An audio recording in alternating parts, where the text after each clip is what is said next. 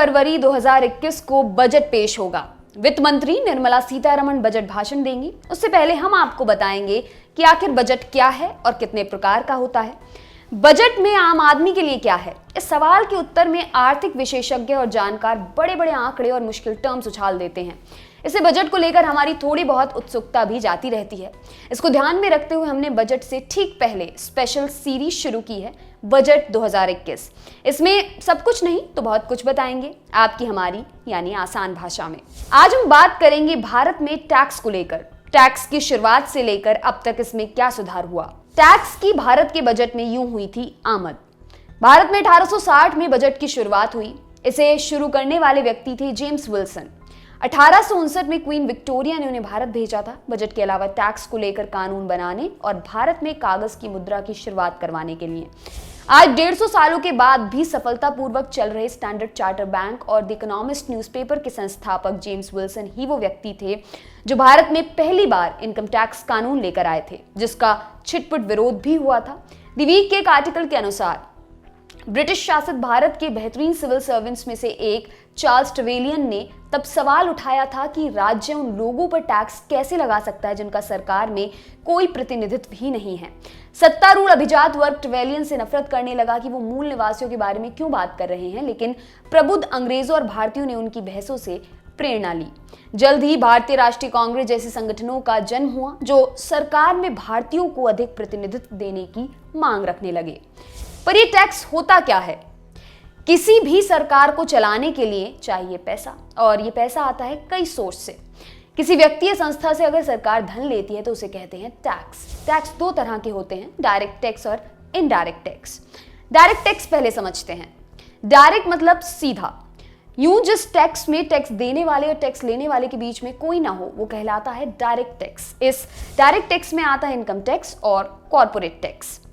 Income tax यानी हमारी कमाई पर लगने वाला टैक्स। हम साल भर में जितने पैसे कमाते हैं सरकार उस पर सीधे टैक्स लेती है। यह इनकम टैक्स है जो सीधे सरकार के खाते में जाता है। कंपनियां जो पैसे कमाती हैं उसका एक हिस्सा सरकार को देती हैं, यह होता है कॉर्पोरेट टैक्स। अब बात करते हैं इनडायरेक्ट टैक्स की।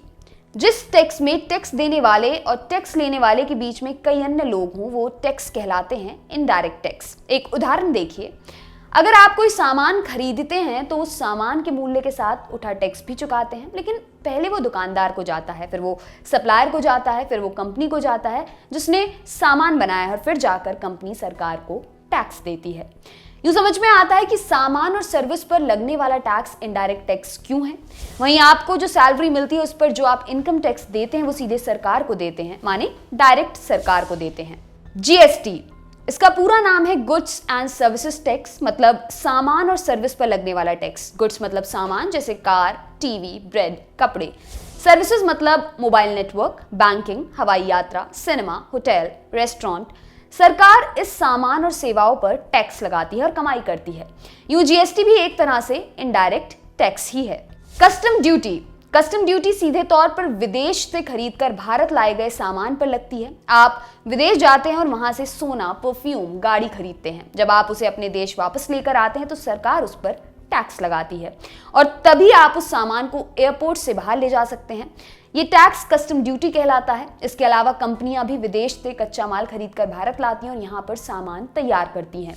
उदाहरण के लिए एलईडी टीवी में लगने वाला शीशा आयात करना पड़ता है। इस पर जो टैक्स लगता है वही कस्टम है। ये इकलौता ऐसा टैक्स है जिससे मिले पैसे को केंद्र सरकार राज्यों को नहीं देती है।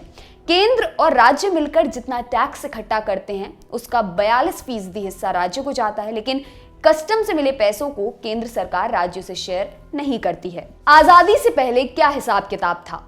थोड़ा इतिहास में जाते हैं। 1935 में भारत सरकार अधिनियम 1935 ने वस्तुओं की बिक्री पर टैक्स को राज्य का विषय बना दिया। 1939 में भारत में मद्रास राज्य में बिक्री कर यानी कि सेल्स टैक्स लागू किया गया। इसके बाद 1941 में पंजाब राज्य में बिक्री कर लागू किया गया। बाद के वर्षों में अन्य राज्यों ने इसका अनुसरण किया।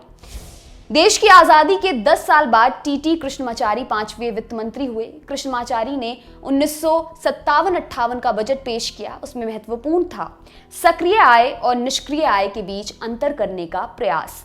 सक्रिय आय मतलब जॉब या व्यापार से होने वाली आय, निष्क्रिय आय मतलब रेंट, इंटरेस्ट वगैरह। उन्होंने आयात के लिए लाइसेंस को जरूरी कर दिया, वेल्थ टैक्स लगाया गया और एक्साइज ड्यूटी 400% कर दी। ये एक बड़ा बदलाव था। 1974 में एल.के. झा समिति ने भारत में वैल्यू एडेड टैक्स यानी कि वैट लागू करने का सुझाव दिया। वैल्यू एडेड टैक्स अपने आप में कोई टैक्स नहीं है, ये एक कॉन्सेप्ट है और इस कॉन्सेप्ट के पीछे जो टैक्स लग रहा है उसका नाम है सेल्स टैक्स। उदाहरण से समझते हैं, जैसे फैक्ट्री में कोई प्रोडक्ट बना, वह पहले जाता है डिस्ट्रीब्यूटर के पास, फिर यहां से जाता है होलसेलर के पास, होलसेलर से माल जाता है खरीदने वाले के पास। ये एक चेन बन गई। मान लेते हैं फैक्ट्री का मालिक डिस्ट्रीब्यूटर को 100 का माल बेचता है जिस पर 4% सेल्स टैक्स लगता है। 100 रुपए का माल 104 रुपए का हो गया। डिस्ट्रीब्यूटर 20 रुपए के मुनाफे पर माल बेचता है तो होलसेलर को यह सामान पड़ा 124 रुपए में, लेकिन यहां भी उसे सेल्स टैक्स देना पड़ता है 4%। सामान हो गया 128.96 रुपए का। होलसेलर ने भी 20 रुपए का मार्जिन रखा तो सामान हो गया 148.96 का। 4% टैक्स जोड़ देते हैं तो ये सामान हो गया 154.90 का। यहाँ देखने पर पता चलता है कि एक ही प्रोडक्ट पर अलग अलग चरण में टैक्स के ऊपर टैक्स देना पड़ रहा है। ऐसे में वैल्यू एडेड टैक्स यानी वैट आया। वैट आने के बाद क्या हुआ कि जितना मुनाफा जोड़ा जा रहा है उस पर टैक्स लगने लगा। जैसे डिस्ट्रीब्यूटर 20 रुपए के मुनाफे पर माल बेचता है तो 20 रुपए पर टैक्स लगा। उसके आगे जितने के मुनाफे पर माल बेचा गया सिर्फ उतने पर टैक्स लगा। इसके बाद आया इमरजेंसी का दौर। हरित क्रांति के जनक चिदम्बरम सुब्रमण्यम को वित्त मंत्री बनाया गया। इमरजेंसी के दौरान भी सुब्रमण्यम ने टैक्स दरों को कम किया। उन्होंने कर कानूनों के अपने 1976 के संशोधनों में सोर्स बेस्ड टैक्स की अवधारणा पेश की। इकोनॉमिक टाइम्स के अनुसार इन परिवर्तनों का प्रभाव 3 दशकों के बाद भी बना रहा। वोडाफोन और कर अधिकारियों के बीच चली लंबी कानूनी लड़ाई इसका उदाहरण है, जिसमें टेलीकॉम कंपनी की जीत हुई थी। मामला इस सवाल पर आधारित था कि क्या कर अधिकारियों को अधिकार है कि वे भारतीय टेलीकॉम फर्म में वोडाफोन के अप्रत्यक्ष अधिग्रहण पर टैक्स लगाएं। इमरजेंसी के बाद 24 मार्च 1977 को मोरारजी देसाई प्रधानमंत्री बने। तब हीरूभाई एम पटेल को वित्त मंत्री बनाया गया। उन्होंने 1978-79 का बजट प्रस्तुत किया। एम पटेल ने नीति बनाई, सभी विदेशी कंपनियों को किसी भारतीय कंपनी के साथ मिलकर ही भारत में बिजनेस करना चाहिए। लहर पेप्सी और बाद में मारुति सुजुकी, हीरो होंडा जैसे नाम इसी नीति के चलते अस्तित्व में आए। इसी नीति के कारण कोका कोला का अस्तित्व समाप्त हो गया था, क्योंकि कंपनी ने इस नियम को मानने से इनकार कर दिया था। वीपी सिंह और चिदम्बरम का टैक्स रिफॉर्म। साल 1991 में भारत में उदारीकरण की नीति अपनाई गई। इसका श्रेय पूर्व प्रधानमंत्री मनमोहन सिंह को दिया जाता है। वे उस समय देश के वित्त मंत्री थे, लेकिन जानकार कहते हैं कि अगर भारतीय अर्थव्यवस्था में आए इस महत्वपूर्ण बदलाव की नींव का श्रेय विश्वनाथ प्रताप सिंह और उनके बजट को दिया जाए तो गलत नहीं होगा। वीपी सिंह ने लाइसेंस राज खत्म कर दिया, जिसे ब्रिटिश राज के बाद भारत के विकास में सबसे बड़ी बाधा कहा जाता है। उन्होंने सोने की तस्करी में कमी लाने के लिए सोने के ऊपर लगने वाला टैक्स भी कम कर दिया। ये कम दिलचस्प नहीं है कि इस फैसले के बाद फिल्मों में सोने की तस्करी वाले प्लॉट धीरे धीरे खत्म होते चले गए। 1986-87 के बजट को अप्रत्यक्ष कर सुधार की शुरुआत भी कहा जाता है। मनमोहन सिंह के बारे में बताते हैं कि उन्हें अपने बचपन, उसकी दुश्वारियों के बारे में सार्वजनिक स्तर पर बातें करना पसंद नहीं। एकेडमिक इकोनॉमिस्ट और प्रधानमंत्री मनमोहन सिंह पर काफी कुछ लिखा गया, मगर उनसे इतर कई पहलुओं पर ज्यादा जानकारी नहीं है। वस्तु एवं सेवा कर यानी जीएसटी 1986-87 में किए गए इसी टैक्स रिफॉर्म का परिणाम है। आज मध्यम आयु वर्ग के लोगों को याद होगा कि इस सुधार से पहले हर प्रोडक्ट की पैकिंग में दाम के साथ लोकल टैक्स एक्स्ट्रा लिखा जाता था। ये इस बजट के बाद सभी करों सहित यानी कि इंक्लूसिव ऑफ ऑल टैक्सेस में बदल गया। 1991-92 में नरसिंह राव सरकार में वित्त मंत्री मनमोहन सिंह ने राजा चलैया टैक्स सुधार समिति बनाई।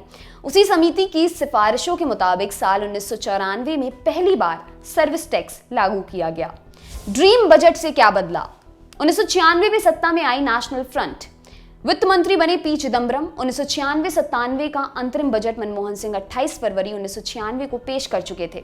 चिदम्बरम ने पूर्णकालिक बजट पेश किया 27 जुलाई 1996 को। फिर आया 1997-98 का ड्रीम बजट पेश किया पी चिदम्बरम ने। बजट में आर्थिक सुधारों के लिए एक रोड मैप तो था ही, साथ ही इनकम टैक्स और कॉर्पोरेट टैक्स की दरों को कम किया गया था। इनकम टैक्स 40 से घटाकर 30% कर दिया गया था। साथ ही इनकम टैक्स में स्लैब सिस्टम इंट्रोड्यूस किया गया। 10, 20 और 30 ये 1997-98 से शुरू होकर 2014-15 तक चला और 2014 से अब तक पिछले 5-6 साल के दौरान फिर उसमें बदलाव किया गया और अब हमारे पास 5, 20 और 30 की दर है।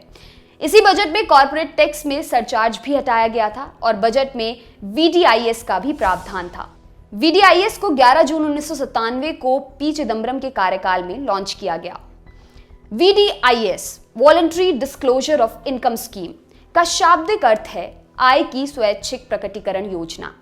इसमें आपके पास जो भी काला धन था उसे एक झटके में आप सफेद बना सकते थे। बस आपको सरकार को 30% टैक्स देना था, आपका नाम कहीं डिस्क्लोज नहीं किया जाना था। साथ ही इस तरह से डिक्लेयर किए गए धन के चलते या उससे इकट्ठा हुए डेटा के चलते आप पर foreign exchange regulation act 1973, income tax act 1961, wealth tax act 1961, wealth tax act 1957 और कंपनीज एक्ट 1956 के तहत कोई मुकदमा नहीं चलाया जा सकता था। काफी विवादों में रही ये योजना आर्थिक रूप से कितनी सफल हुई थी इसका अंदाजा इसी बात से लगाया जा सकता है कि स्कीम को 1-2 बार कुछ दिनों के लिए एक्सटेंड भी किया गया था।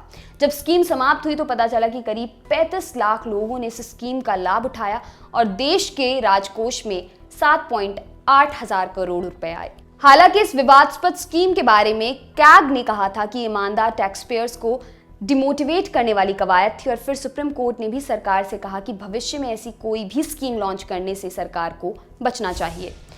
GST, goods and service tax. Goods and service tax यानी कि GST को देश का सबसे बड़ा टैक्स सुधार कहा जाता है। GST से जुड़े संविधान के 122वें संशोधन विधेयक 2014 को मोदी सरकार ने अगस्त 2016 में संसद से पास करवाया। संसद भवन में 30 जून और 1 जुलाई 2017 की दरमियानी रात को प्रधानमंत्री मोदी और तत्कालीन राष्ट्रपति प्रणब मुखर्जी और सभी पार्टियों के नेता इकट्ठे हुए। रात के 12 बजे एक ऐप के जरिए GST लागू किया गया। राज्यों के 17 पुराने टैक्स और 23 सेस खत्म कर एक नया टैक्स लगाया गया। एक देश एक कर कही जाने वाली इस कर प्रणाली को सरकार ने स्वतंत्रता के 70 साल बाद का सबसे बड़ा टैक्स सुधार कहा। GST मतलब सामान और सर्विस पर लगने वाला टैक्स।